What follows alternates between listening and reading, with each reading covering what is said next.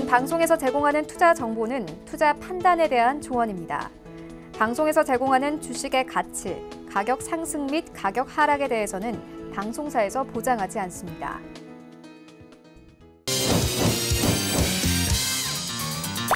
네, 오늘의 주요 헤드라인 소식입니다.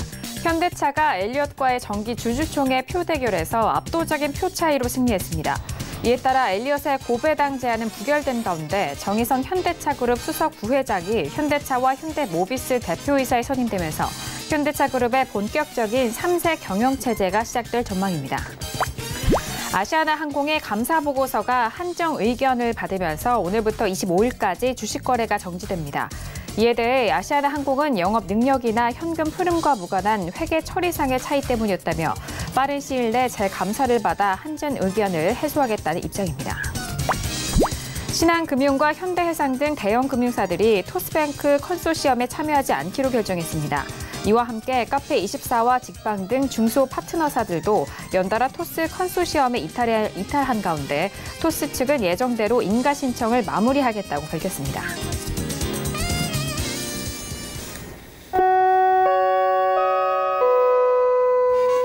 네, 안녕하세요. 평택저널 정석투자 김은혜입니다. 자, 오늘 금요일장이었습니다. 오늘 우리 시장은 전일에 이어서 외국인의 수급 속에서 가까스로 상승 마감이 된 상황입니다. 자, 어제장도 그렇지만요. 오늘장도 역시나 삼성전자와 SK하이닉스 위주로 올라가면서 지수에 대한 지지를 보여줬는데요. 간밤 뉴욕 증시는 3월의 FOMC 영향 속에서 3대 지수 모두 1%대 상승으로 마무리가 됐고 상해 종합지수도 가까스로 강보권에서 움직이고 있는 상황입니다.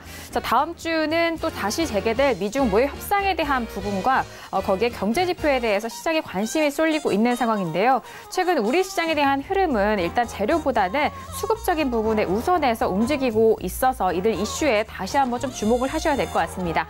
자, 오늘도 정석투자 함께 하시면서 오늘 시장에 대한 정리와 그리고 다음 주 우리 시장에 대한 대응 전략까지도 꼼꼼하게 확인해 보시길 바라겠습니다. 자, 그럼 오늘 시장 흐름 다시 한번 정리합니다. 시세 보시죠. 네, 오늘 코스피 지수는 전일 대비 0.09% 상승한 2186.95에 장을 마쳤습니다. 수급상 확인하시죠. 개인과 외국인의 동반 순매수, 반면 기관 홀로 순매도 이어갑니다.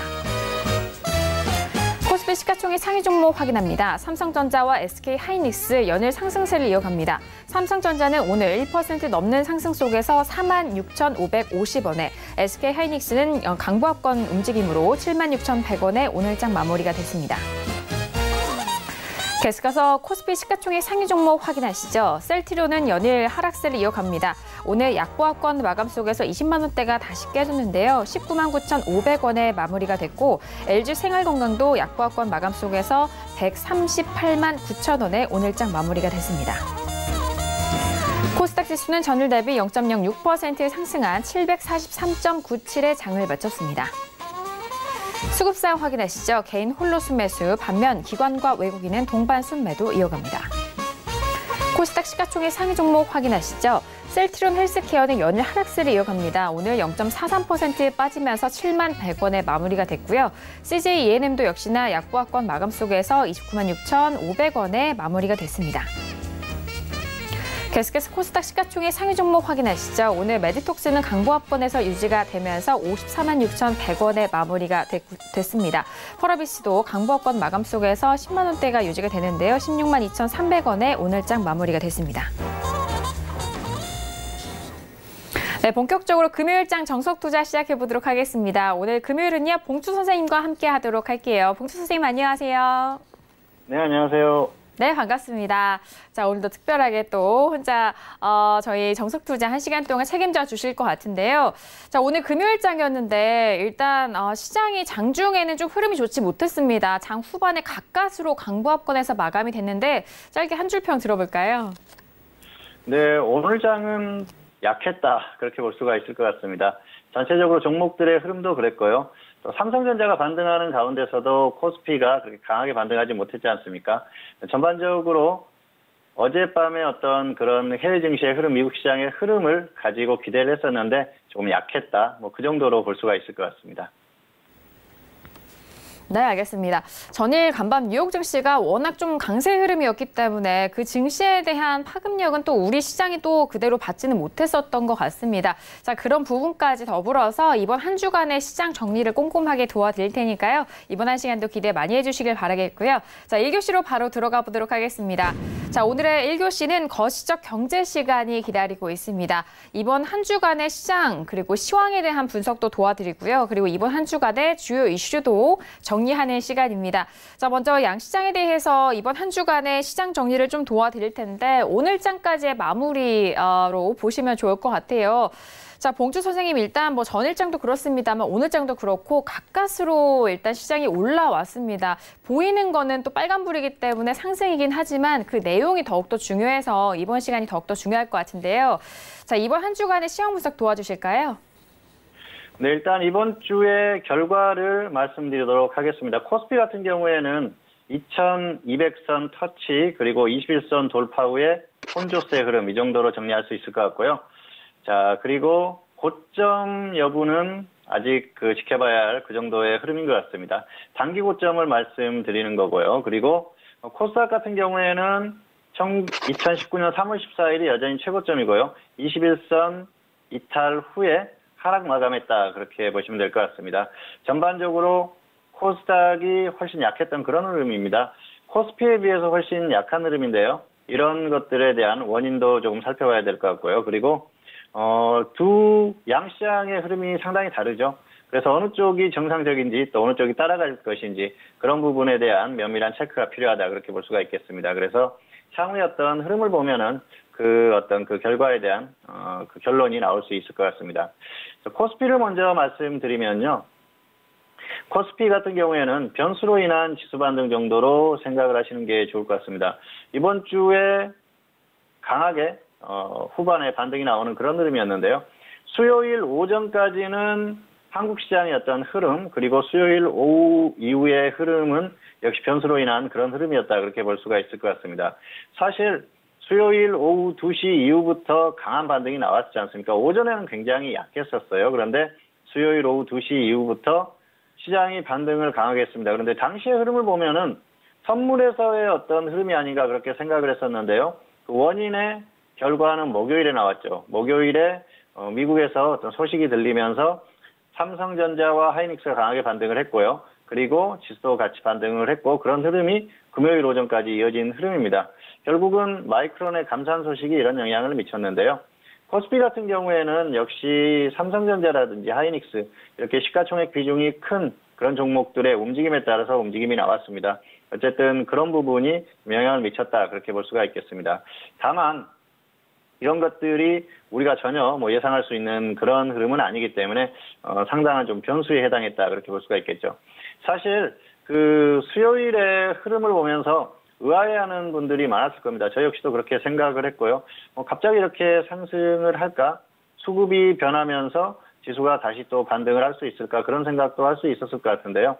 역시 그건 어떤 개인들의 한계를 좀 체감할 수 있는 그런 부분이 아니었나 생각을 합니다. 자, 그런 부분은 지수는 이미 반등을 하고 결과는 원인은 나중에 나왔지만 그런 부분들은 이미 시장에서 어느 정도 외국인이나 이런 쪽에서는 알고 있지 않았을까 그렇게 생각을 하고요. 그렇기 때문에 단기적으로 삼성전자나 하이닉스에 강한 수급이 유입되면서 지수도 영향을 받았던 그런 흐름입니다. 그래서 이런 부분은 어쩔 수 없는 부분이에요. 지수에 대한 예측을 할 수가 있고요. 그리고 어떤 객관적인 과정에 대해서 판단할 수가 있겠지만은 정보력이나 그런 면에서는 개인이 외국인들을 따라갈 수가 없기 때문에 어쩔 수 없는 그런 한계를 느낄 수 있는 그런 부분이었다. 그렇게 볼 수가 있겠습니다. 그래서 이번 주 코스피 같은 경우에는 변수가 지배한 그런 흐름이었다고 볼 수가 있겠고요. 자, 변수가 지배한 코스피 지수의 반등과 그렇지 않은 코스닥의 하락. 자, 둘 중에 어느 것이 맞을 것인지는 향후의 결과를 지켜보면 조금 더 알 수 있지 않을까 그렇게 생각을 합니다. 자, 그리고 한국 시장은 여전히 약세를 유지를 하고 있죠. 한국 시장 같은 경우에는 해외 증시와 비교했을 때 현저히 약한 흐름인데요. 잠시 후에 차트로 다시 한번 좀 비교를 해보도록 하겠고요. 코스닥 같은 경우에는 이번 주에 상당히 약했습니다. 21선을 이탈했고요. 흐름을 유지하고 있습니다. 지난주부터 약했었죠. 코스닥은 이미 꺾이는 흐름을 보였었는데 역시 코스닥은 정상적인 어떤 그 흐름 정도로 보입니다. 지금은 특별히 강할 만한 그런 이유가 없고요. 그리고 최근의 흐름이 대형주가 상당히 약했어요.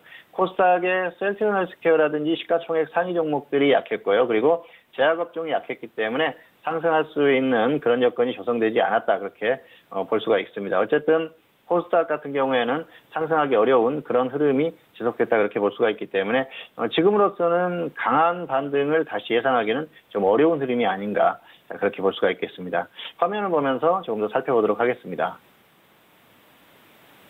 네. 일단 코스피 지수인데요. 코스피 지수 같은 경우에는 이번 주에 반등이 나왔죠. 자, 흐름을 보시면은 역시 수요일에 아랫꼬리가 길죠. 급락 이후에 오후에 반등이 나오면서 반등을 했고요. 목요일에 상승 그리고 금요일까지 이어지는 그런 흐름입니다.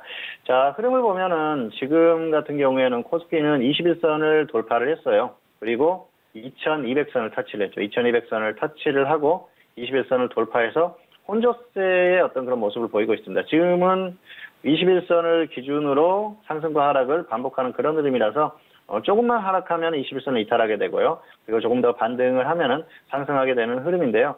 자, 2200선을 터치했다는 거에는 의미가 있지만은 이게 어떤 그 한국 시장의 고유한 흐름이 아니라 변수로 인한 것이었다는 게 조금 부담이 되는 그런 흐름이고요.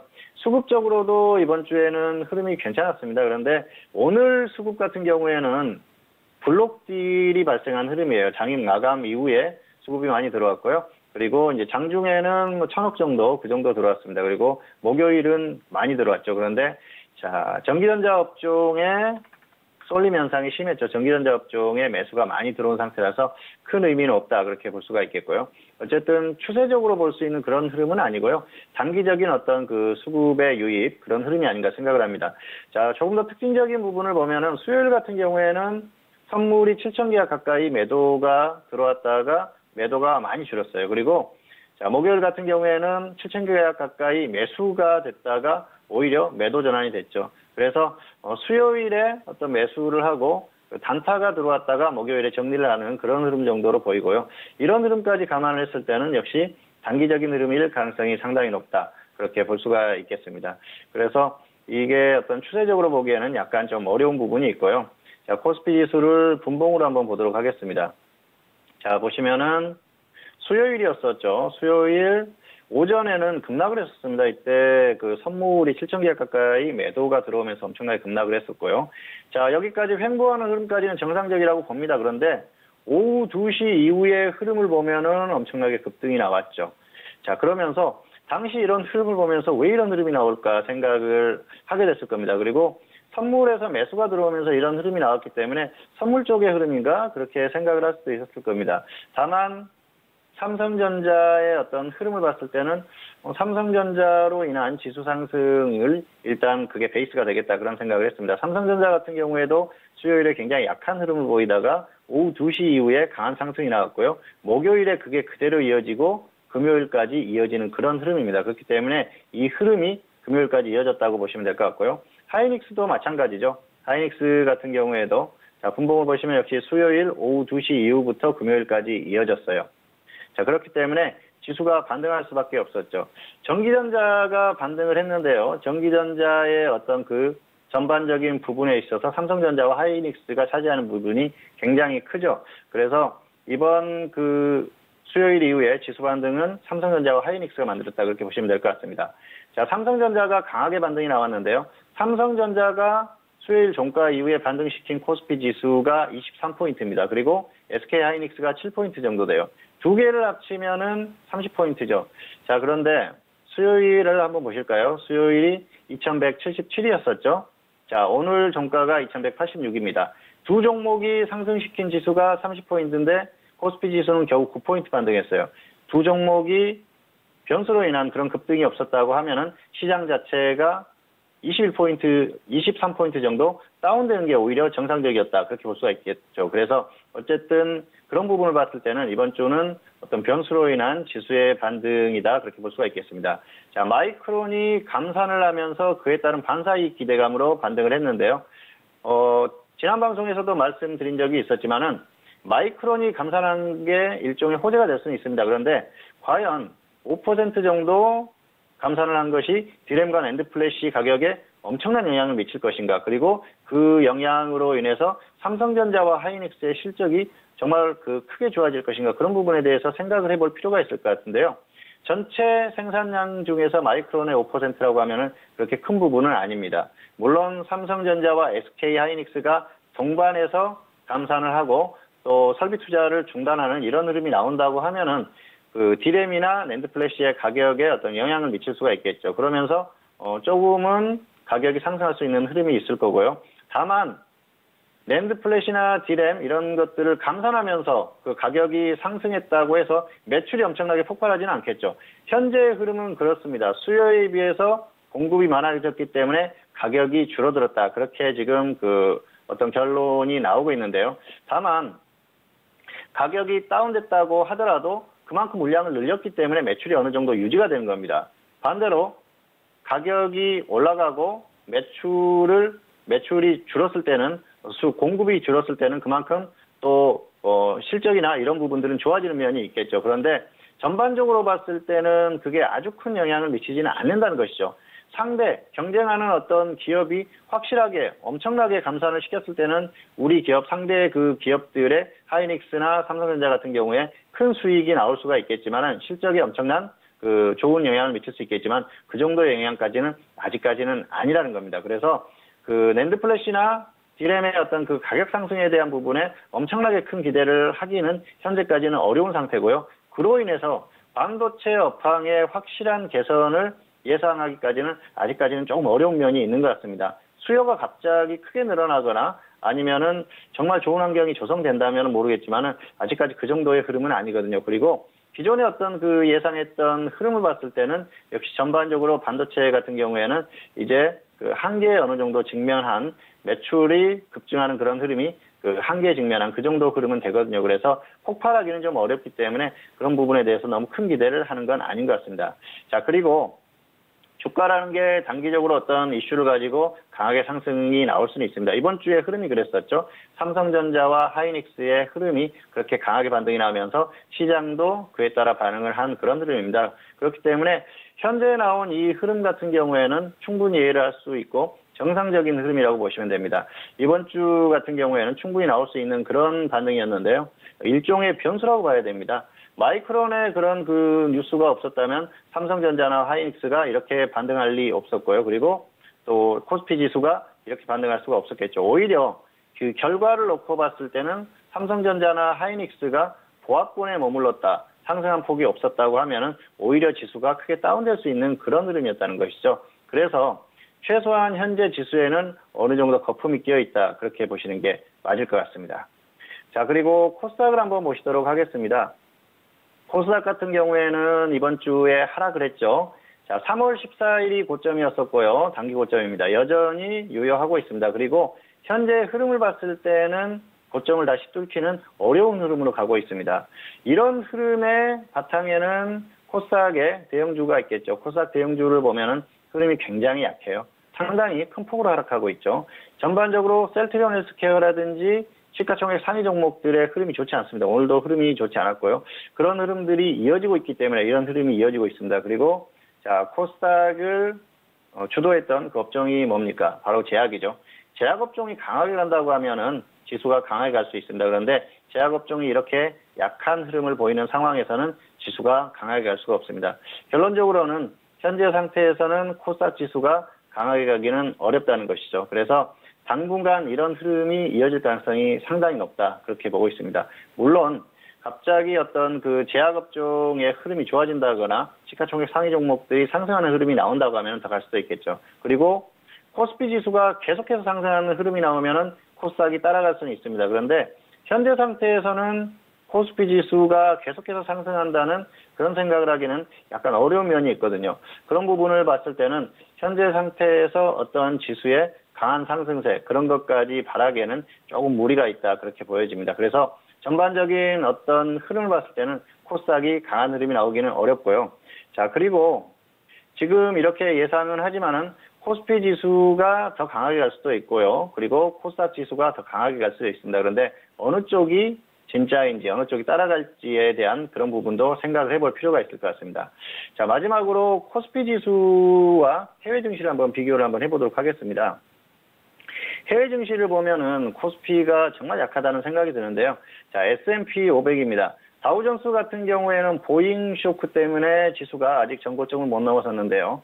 자, S&P 500을 보면 어떻습니까? 직전 고점을 확실하게 넘어갔죠. 그래서 엄청난 강세를 보이고 있습니다. 직전 고점을 확실하게 넘어갔고요. 역사상 최고점을 작년 9월에 다시 기록했는데 거기를 다시 돌파하려는 그런 흐름입니다. 그리고 자, 작년 한국 지수의 최고점이 1월이었었죠. 당시 해외 지수도 비슷했는데요. 다시 어느덧 그 지점까지 가까이 갔어요. 상당한 강세를 보이고 있는 거죠. 엄청난 강세입니다. 나스닥도 마찬가지입니다. 나스닥도 엄청난 강세죠. 나스닥은 오히려 작년 1, 3월의 고점을 넘어섰죠. 그리고 역사상 최고점 가까이 가고 있습니다. 자, 한국 시장을 한번 보시도록 하실까요? 코스피 지수는 어떻습니까? 자, 코스피 같은 경우에는 아직 직전 고점도 넘어서지 못했고요.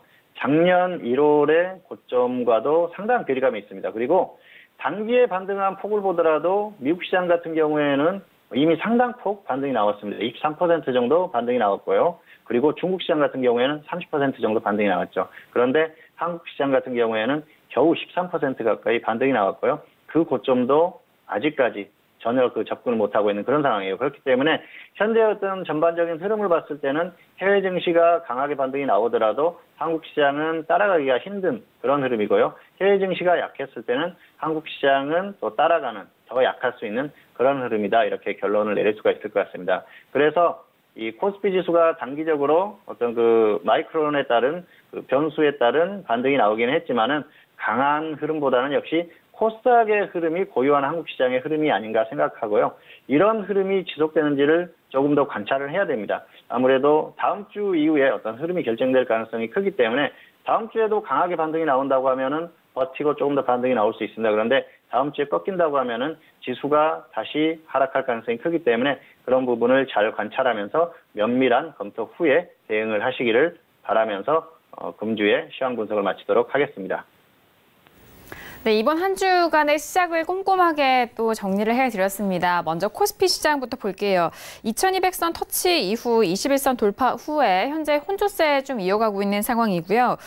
그리고 코스닥 지수 같은 경우에는 2019년 최고점인 3월 14일이 여전히 좀 유지가 되고 그 이상으로는 아직은 돌파를 하지 못하고 있는 상황입니다.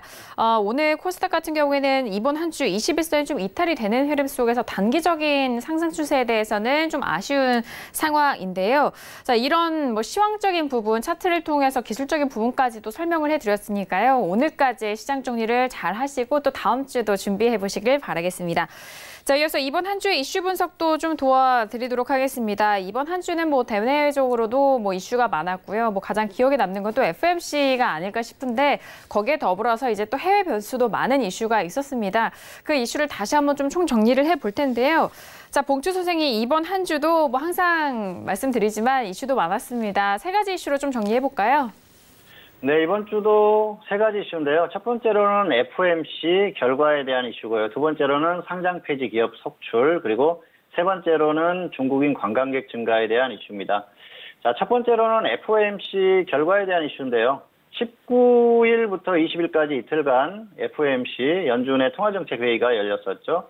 통화정책이라든지 여러 가지 연준의 정책에 대한 그런 것들을 결정하는 그런 그 회의입니다. 그래서 FOMC의 어떤 그 결과를 놓고 시장이 기대감도 있었고요. 우려감도 상당히 컸습니다. 그런데 전반적인 어떤 결과를 놓고 보면은 시장에 굉장히 호의적인 그런 결과가 나왔다 그렇게 볼 수가 있겠죠. 자, FOMC 결과는 역시 금리에 대한 부분, 그리고 자산 축소에 대한 그런 부분이죠. 보유 자산을 계속 축소하고 있지 않습니까? 그런 부분을 어떻게 결정할 것인가에 대한 부분인데요. 먼저 금리에 대한 부분은 기존의 금리를 유지를 하기로 했습니다. 2.25%에서 2.5%를 유지를 하기로 했습니다. 그러면서 시장에 굉장히 그 호의적인 그런 그 소식이 나왔다 그렇게 볼 수가 있겠습니다. 사실 그 FOMC가 열리기 전부터 이미 어느 정도 좀 호의적이지 않을까 그런 기대를 했습니다. 그리고 과연 연준이 얼마나 선물을 줄 것인가 생각을 했는데요. 시장이 기대했던 것들을 좀 뛰어넘는 그런 흐름입니다. 왜냐하면은 내년 금리를 예상을 했을 때 2.4%를 예상을 했습니다. 그렇다고 하면은 현재 금리 수준이지 않습니까? 그렇다고 봤을 때는 내년에도 금리 인상을 하지 않겠다는 얘기와 같다 그렇게 볼 수가 있겠거든요. 그래서 결과적으로 이런 부분은 시장에 호재로 작용할 수밖에 없겠죠. 자, 그리고 보유자산 축소에 대한 부분도 굉장히 시장이 기대하던 것보다 더 좋은 결과가 나왔다고 볼 수가 있겠는데요. 연준은 양적 완화를 할 때 채권을 매입하면서 시장에 달러를 풀었습니다. 그런데 이제 풀었던 달러를 채권을 매각하면서 달러를 걷어들이고 있죠.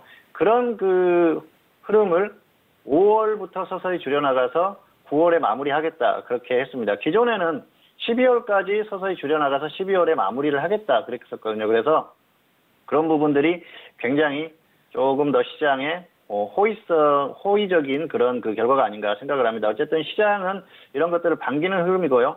또 강한 반등이 나오면서 미국 시장 같은 경우에는 반기는 그런 흐름이었습니다. 어쨌든 이런 부분들은 미국의 어떤 경기 흐름과 또 연동되어 있다고 볼 수가 있겠는데요.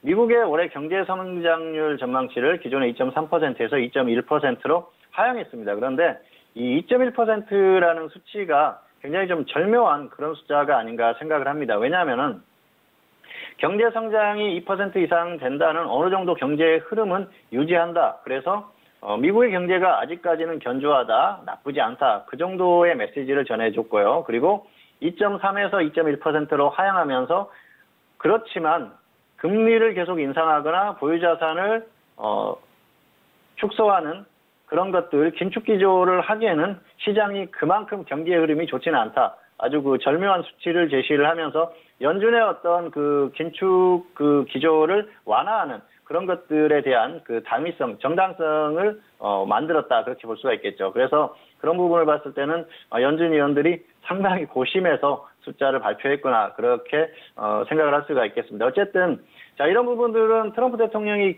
그동안 노렸던 부분이죠. 트럼프 대통령은 지속적으로 파월 의장을 계속해서 압박하고 연준에 대한 불만을 터뜨렸지 않습니까? 결국은 연준이 굴복하고 이런 흐름을 유지하고 있습니다. 그래서 향후에도 이 기조가 쉽게 바뀔 가능성은 떨어집니다. 그리고 현재 어떤 경기 전망이나 이런 것들을 봤을 때는 이런 흐름을 유지할 가능성이 상당히 높다. 그렇게 보입니다. 자, 중요한 것은 연준의 어떤 이런 정책, 그리고 향후의 어떤 시장과의 연관성, 이런 것들이죠.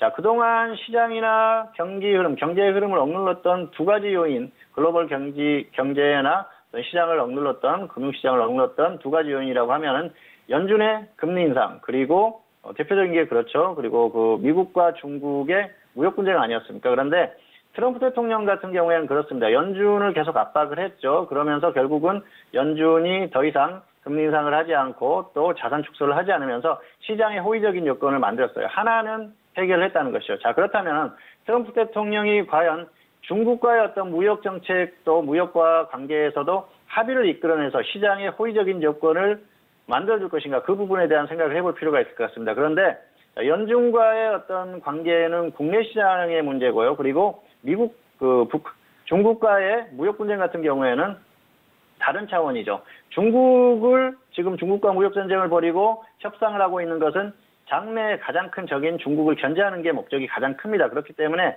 트럼프 대통령으로서는 자신의 어떤 지지율이나 또 경제의 흐름에 악영향을 미칠 수 있는 요건 중에 하나인 연준과의 문제는 해결했습니다. 그렇다고 봤을 때는 중국과의 어떤 관계에서는 오히려 더 강경하게 나올 수 있는 발판을 마련했다고도 볼 수 있습니다. 왜냐하면은 미국 국민들 같은 경우에 트럼프 대통령을 지지를 하느냐 안 하느냐, 그런 부분에 있어서 중국과의 관계에 있어서는 오히려 미래에 거대한 적이 될 수 있는 중국에 대한 강경한 자세를 취하는 걸 오히려 더 응원하고 지지할 가능성도 상당히 높기 때문입니다. 그래서 현재 자신들의 어떤 경제적인 흐름도 중요하지만 미국의 어떤 미래에 대한 그런 흐름도 상당히 중요하기 때문에 중국을 압박하는 거에 있어서는 트럼프 대통령을 지지하지 않는 그런 흐름이 나올 가능성은 떨어진다는 것이죠. 자, 그렇게 봤을 때는 트럼프 대통령의 어떤 성향상 중국과의 협상에 있어서 강경하게 나올 가능성이 높고요. 그리고 누누이 말씀드렸지만은 중국에 대한 견제가 목적이기 때문에 향후에도 강한 압박을 하고 쉽게 협상이 합의가 되기는 어려울 것으로 보입니다. 결국은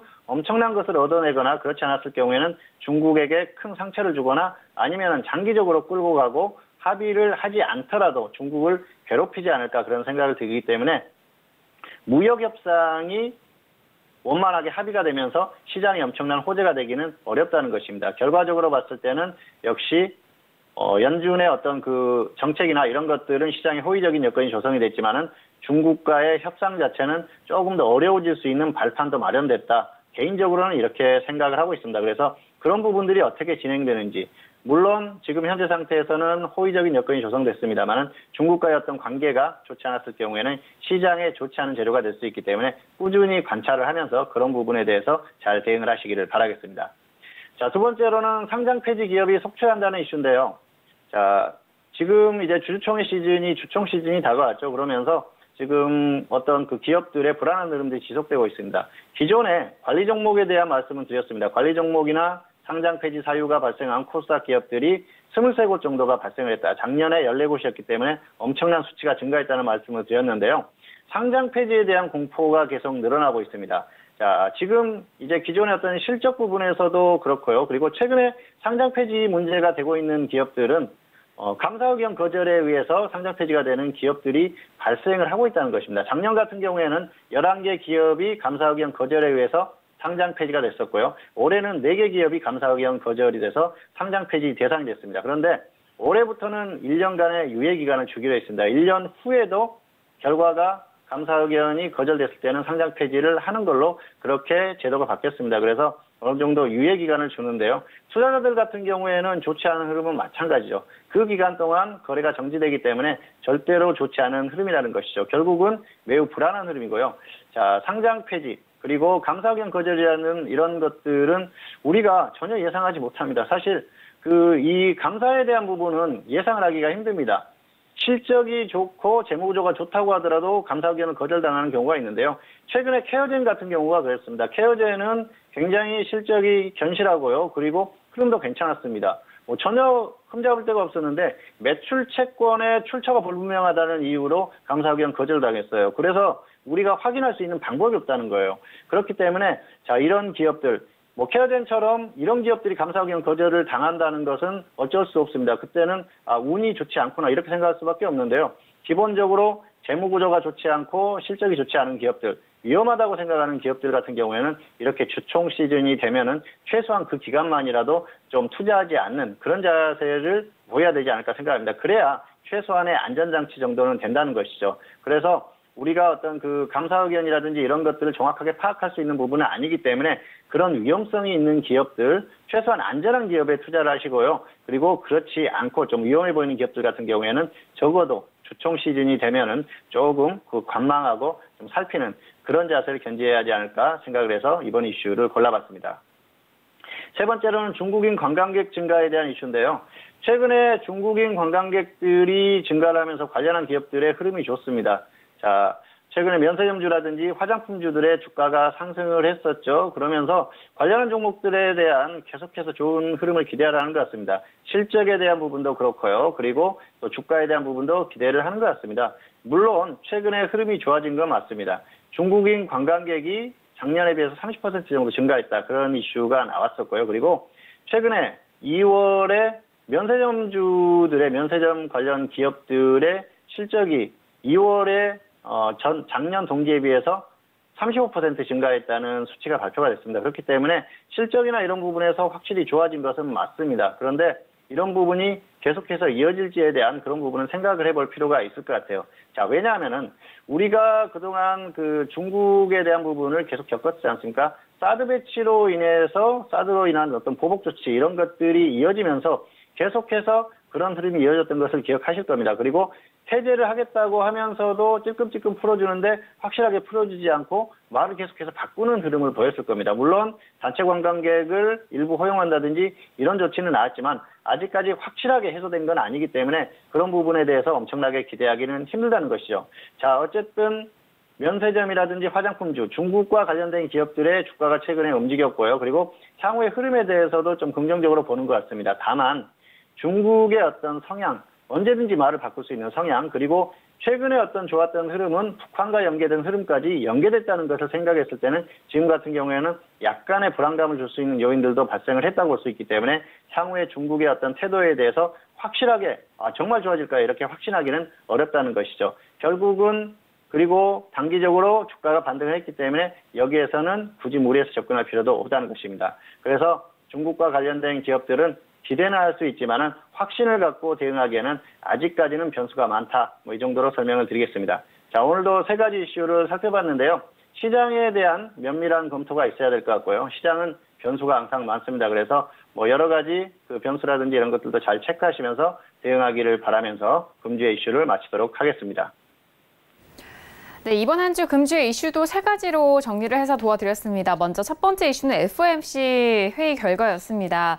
생각보다 예상보다 더욱더 좀 꽤 비둘기파적인 발언, 통화 완화적인 발언을 이어가면서 시장이 좀 출렁인 상황인데 그 부분에 있어서 또 한국의 금융통화위원회에서의 기준금리와 그리고 그 밖에 기타 통화에 대한 부분까지도 생각해 볼 수 있는 그런 이슈였습니다. 앞으로 또 전개가 될 그 상황에 있어서도 기준이 되니까 다시 한번 정리하시고요. 자, 그리고 두 번째 이슈는 상장 폐지 기업이 속출한다라는 이슈였는데 이 이슈는 지난 금주의 이슈 분석에서도 다시 한번 좀 도와드렸었는데 코스닥에 대한 부분이 좀 어려운 기업들이 많이 좀 속출하고 있고 여기에 따라서 상장 폐지 기업이 더욱더 좀 예상 가능하다라는 그런 의견을 주셨는데 이슈에 대해서도 다시 한번 좀 정리를 해드렸습니다. 종목 접근 시에 이런 최소한의 안정성을 좀 확인하고 대응하셔야 된다라는 그 말씀을 좀 기준을 삼고 보시고요.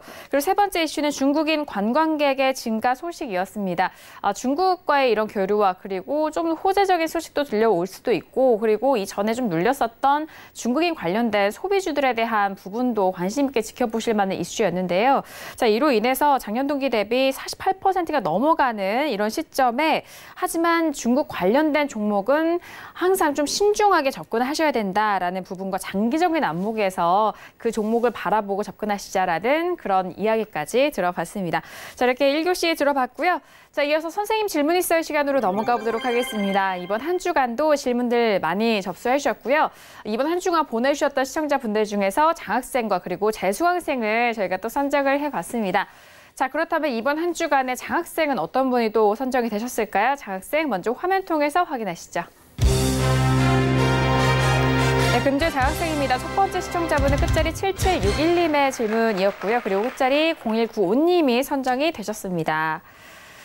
자, 두 분께서 또 장학생으로 뽑히셨는데요. 첫 번째 시청자분은 끝자리 7761님의 질문이었습니다. NS를 질문 주신 분인데요. 1,950원에 비중은 50% 질문 주셨던 시청자분이셨습니다. 봉주 선생님, 첫 번째 질문 NS 어떤 이유에서 장학생으로 또 선정이 되셨을까요? 네, 이분은 매수가가 일단 적절했습니다. 상승 추세에서 눌림목 구간에서 매수를 했고요. 그리고 흐름이 괜찮은 종목을 눌림목에서 매수를 했다는 게 포인트라고 할 수가 있습니다. 자, 비중이 50%로 약간 많죠. 그렇지만은 대응만 잘하면 적정하기 때문에 크게 문제는 없었다고 생각을 합니다. 차트 잠깐 보시도록 하겠습니다. 자, 1,950원에 매수를 하셨는데요. 여기에서 매수를 하신 거예요. 그래서 지금 상승 추세지 않습니까? 상승 추세에서 반등 나오고 눌림목을 준 구간에 여기에서 매수를 하신 겁니다. 그래서 흐름이 좋은 종목을 눌림목에서 매수를 했기 때문에 이 정도면 충분히 매수를 할 만하다는 것이죠. 결론적으로 결과도 지금 좋은 상황이 됐는데요. 결과를 떠나서 이 정도면은 단기적으로는 최소한 매수를 해볼 만하다는 것이죠. 자, 그래서 이 종목이 보통 갈 때 이렇게 위에서 많이 따라잡지 않습니까? 그렇게 하지 마시고 이렇게 추세가 좋은 종목들 같은 경우에는 눌림목을 줬을 때 61선 이탈하기 전이나 아니면은 120선 이탈해서 이렇게 안전하게 접근하시면은 결과 자체도 좋을 수 있기 때문에 이분처럼 이렇게 눌림목에서 적절한 가격에 매수를 하신다면은 좋은 결과가 나오지 않을까 생각해서 베스트로 꼽아봤습니다. 네, 첫 번째 장학생으로 선정되신 시청자분의 질문을 다시 한번 봐드렸습니다. 일단 상승 추세형에서 눌림목 매수 시점이 아주 좋았다라는 그런 성공적인 사례로 좀 말씀을 해주셨습니다. 매수에 대한 시점도 중요하고 어느 시점에 또 잡아야 되는지 그 부분에 있어서 보시는 시청자분들도 참고하시면서 매매 적용을 해보시면 좋을 것 같고요. 그렇다면 두 번째 시청자분도 만나볼게요. 끝자리 0195님의 질문이었습니다. 서현전자를 매수하신 시청자분이셨고 매수가가 1,750원에 비중 25% 질문 주셨습니다. 봉주 선생님, 이 두 번째 시청자분은 또 어떤 이유에서 선정이 되셨을까요? 네, 매수가가 상당히 좋았어요. 이분은 가격적으로도 좋았고요. 그리고 역시 상승 추세에서 61선 이탈하는 흐름이 나오는 그 순간에 매수를 했습니다. 충분히 기다렸다는 것이죠. 그리고 흐름이 좋았지 않습니까? 흐름이 좋은 종목을 충분히 기다렸다가 적절한 가격에 매수를 했기 때문에 결과 자체가 좋을 수 있는 여건이었다. 그리고 비중이 25%인데요. 이 정도 확실한 눌림목에서 매수를 한다고 하면은 25% 정도면 적당하다고 볼 수가 있겠습니다. 차트 잠깐 보시겠습니다. 1,750원인데요. 여기에서 매수를 하셨죠. 그래서 지금 흐름을 보면은 자, 상승 전환 됐죠. 그리고 61선 이탈 거의 라인이에요. 그래서 이 정도면 매수를 해볼 수 있다는 것이죠. 자, 단기의 흐름이 좋았습니다. 단기에 급등이 나오고 충분히 조정을 받았죠. 대부분 투자자들이 이런 데서 많이 따라잡아요. 여기서 좀 행보하니까 안 꺾일 것 같은데 해서 쉽게 그냥 따라잡고 홀딩하다가 손실을 보는 경우가 많은데요. 자, 21선 이탈하고도 한참 기다렸습니다. 그래서 거의 61선 이탈하는 이 흐름까지 기다렸다는 것이죠. 상당히 잘한 겁니다. 결과적으로는 흐름 자체가 좋은 종목을 가격 메리트가 확실히 발생할 때까지 기다렸다는 것이죠. 가격도 좋고요. 기술적으로도 좋습니다. 그래서 지금 현재 뭐 조금 반등이 나오지만은 결과를 떠나서 이렇게 매수를 해볼 만하다는 것이죠. 그리고 비중이 25%인데요. 이 정도 가격까지 기다렸으면 이 정도면은 할 수 있다. 그렇게 볼 수가 있겠습니다. 전반적으로 매수 위치나 가격 그리고 비중도 괜찮았기 때문에 이번 주에 베스트로 꼽아봤습니다. 네, 두 번째 시청자분이셨는데 서현전자를 질문 주셨던 시청자분이신데요. 적절한 매수가와 비중에 대해서 말씀해 주셨고 흐름 좋은 종목을 역시나 또 눌림목 매수에 대해서 참 좋았다라는 그런 의견을 주셨습니다. 다시 한번 좀 참고를 하시면서 현명한 매매로 이어가 보시길 바라겠고요. 자, 그렇다면은 아쉽게도 이번 한 주에 재수강생으로 선정이 되신 시청자분도 만나보도록 하겠습니다. 먼저 화면 통해서 확인할게요. 네, 금주의 재수강생인데요. 첫 번째 시청자분은 끝자리 1925님의 질문이었고요. 그리고 두 번째 시청자분은 끝자리 7779님의 질문입니다. 자, 두 분이 좀 아쉽게도 재수강생으로 선정이 되셨는데 이유 역시나 좀 들어봐야 될 것 같아요. 첫 번째 시청자분은 끝자리 1925님의 질문이었는데요. 서암기계공업을 매수하신 시청자분이셨습니다. 왜 이 질문이 재수강생으로 선정이 되셨는지 이유 역시 들어볼게요. 봉주 선생님 어떻게 생각하실까요? 네, 일단 매수가가 좋지 않습니다. 이분은 추격 매수하셨거나 아니면은 가격적으로 충분하지 않은 가격에 서둘러서 매수를 하셨어요. 그래서 매수가 자체가 좋지 않고요. 비중이 40%입니다. 고점에서 따라잡는 그런 흐름에서 40% 비중이다. 상당히 위험한 것이죠. 그래서 비중 자체가 굉장히 위험하다 볼 수가 있겠고요. 기준이 없어요. 마이너스 30%가 넘어갈 때까지 계속 홀딩하셨습니다. 이런 분들은 마이너스 40%, 50%에도 계속 홀딩하실 분이에요. 본전 올 때까지 기다린다는 생각으로 홀딩할 가능성이 상당히 높은 분이죠. 상당히 위험한 대응입니다. 그래서 이렇게 대응해서는 성공하기가 힘들죠. 자, 그리고 이게 대북 테마입니다. 철도 테마인데요. 철도 테마라든지 대북 테마는 어떤 그 이벤트가 있기 전에 정리를 하자 그랬는데 이분 그렇게 못하신 것 같아요. 결과적으로 대응 자체도 좋지 않았고 여러 가지로 좋지 않았다고 봅니다. 화면 잠깐 보시겠습니다. 9,100원에 매수하셨는데요. 9,100원이면 여기입니다. 여기에서 매수하셨는데요. 자, 여기에서 했다고 하면은 완벽한 추격 매수죠. 계속 급등하니까 따라잡았어요. 뒤늦게 그냥 여기서라도 따라잡아야지 해가지고 따라잡았는데요. 그렇다고 하면은 반등했다가 본전이 왔을 때 정리를 해야 되는데 잘못했고요. 여기에서 했다고 하면은 고점 이후에 조정을 충분히 아는 자리에서 아마 여기에서 매수했을 가능성이 높습니다. 왜냐하면은 자, 꺾이고 나서 더 꺾이지 않으니까 따라잡았을 가능성이 높거든요. 이래서 매수가 자체가 상당히 좋지 않다는 겁니다. 그리고 자, 보십시오. 비중이 40%입니다. 이렇게 위에서 따라잡으면서 40%씩 들어갔다는 건 상당히 위험한 것이죠. 벌써 3,055원이 저점이었습니다. 최근에. 그래서 지금 상승폭이 상당히 큽니다. 200% 이상 수익이 난 종목을 여기서 따라잡았습니다. 그리고 마이너스 30%가 넘을 때까지 홀딩하였습니다. 기준이 없는 것이죠. 여기에서 하락할 때 이날 그 미북 정상회담이 끝나고 나서 갑자기 지수가 급락했지 않습니까? 이때 정리를 했어야 됐어요. 그리고 이때 정리하면 안 되고요. 최소한 이전에 하루 이틀 전이라도 정리를 했어야 됩니다. 그런데 그런 것들을 못 하셨어요. 어떤 테마주를 접근하는 방식이라든지 이런 것들도 전혀 모르고요. 종목에 대한 기본적으로 대응하는 자세도 잘못됐다. 그렇게 볼 수가 있겠습니다. 그래서 전반적으로 좋지 않기 때문에 이번 주에 워스트로 꼽아봤습니다. 네, 재수강생에 대해서 들어봤습니다. 서암기계공업 추경 매수에 대한 부분과 매수가 대비해서 비중이 좀 많은 부분이 아쉬웠던 사각이다라고 말씀하셨고요. 다음 질문도 바로 가볼게요. 끝자리 7779님의 질문이었고요. 텔레스 매수하셨던 시청자분이신데 어떤 이유에서 재수강생으로 선정되셨을까요? 네, 추경 매수와 많은 비중, 그리고 기준 없는 대응입니다. 차트로 설명을 드리겠습니다. 1,095원인데요. 1,095원이면 여기입니다. 그래서 지금 반등하니까 추경 매수 성격이 있습니다. 자, 가격적으로 아주 높지 않아 보이는데요. 상당히 높습니다. 벌써 20% 이상 반등 나왔는데 따라잡고요. 그리고 비중이 50%입니다. 너무 많죠? 30% 넘을 때까지 그냥 홀딩하셨어요. 전체적으로 좋지 않습니다. 특별히 상승할 만한 모멘텀이 없는 종목이에요. 자, 그래서 반대로 하시면 성공할 수 있다는 말씀을 드리겠습니다. 어쨌든 전반적으로 좋지 않기 때문에 이번 주에 워스트로 꼽아봤고요. 향후에는 이와 반대로 하셔서 꼭 성공하시기를 바라겠습니다. 네, 텔루스 역시나 추경 매수와 좀 비중이 많은 부분 그리고 기준 없는 대응이 좀 아쉬웠던 상황이다라고 설명을 해주셨고요. 장학생과 재수강생으로 선정되신 분들에게는 평택촌로 서적을 보내드리고 있으니까요. 다음 주도 많은 질문 접수해 주시길 바라겠습니다. 자, 오늘도 다양한 내용들 여러분들과 함께 했습니다. 말씀드린 내용에 대해서는 투자 판단에 대한 조언이고요. 해당 상품의 가치와 수익률을 보장하지 않는다는 점 다시 한번 유의해 주시길 바라겠습니다. 자, 이렇게 오늘까지도 이번 한 주간의 시장이 모두 좀 마무리가 됐는데요. 중요한 건 다음 주 우리 시장에 대한 전망일 것 같습니다.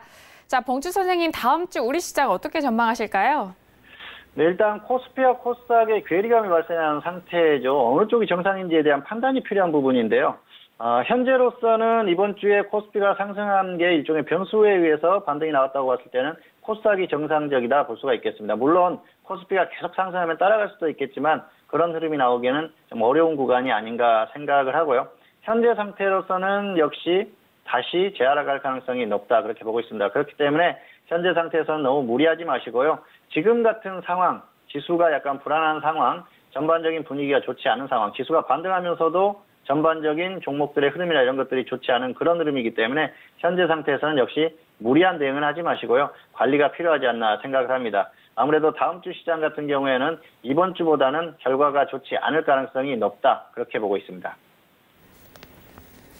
네, 일단 다음 주 우리 시장은 코스피와 코스닥의 괴리감이 좀 발생할 수 있다라는 그런 전망과 함께 좀 어느 쪽이 정상인지 판단이 좀 필요한 구간이다라고 구체적으로 말씀해 드렸습니다. 자, 그 부분에 있어서는 또 다음 주 정석 투자를 함께 하시면서 하루하루 시장의 대응 전략을 또 챙겨 가신다면은 현명한 또 판단과 대응 전략 함께 이어갈 수 있을 것 같으니까요. 다음 주도 정석 투자 함께 해주시길 바라겠습니다. 자, 오늘 봉투 선생님과 함께 금요일 그리고 이번 한 주간의 시장을 정리해봤는데요. 함께해 주신 봉투 선생님과는 여기서 인사 나누도록 하겠습니다. 자, 봉투 선생님 오늘 말씀도 감사합니다. 감사합니다. 네, 오늘도 다양한 투자 전략 내용 여러분들과 함께했습니다. 말씀드린 내용에 대해서는요. 투자 판단에 대한 조언이고요. 해당 상품의 가치와 수익률을 보장하지 않는다는 점 다시 한번 유의해 주시길 바라겠습니다. 오늘 저희가 준비한 소식과 내용은 여기까지고요. 저희는 다음 주 이 시간이죠. 월요일 10시에 다시 돌아오도록 하겠습니다. 함께해 주신 여러분 오늘도 고맙습니다.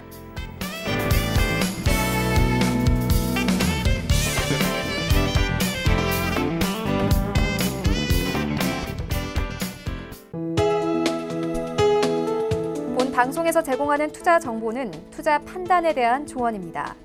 방송에서 제공하는 주식의 가치, 가격 상승 및 가격 하락에 대해서는 방송사에서 보장하지 않습니다.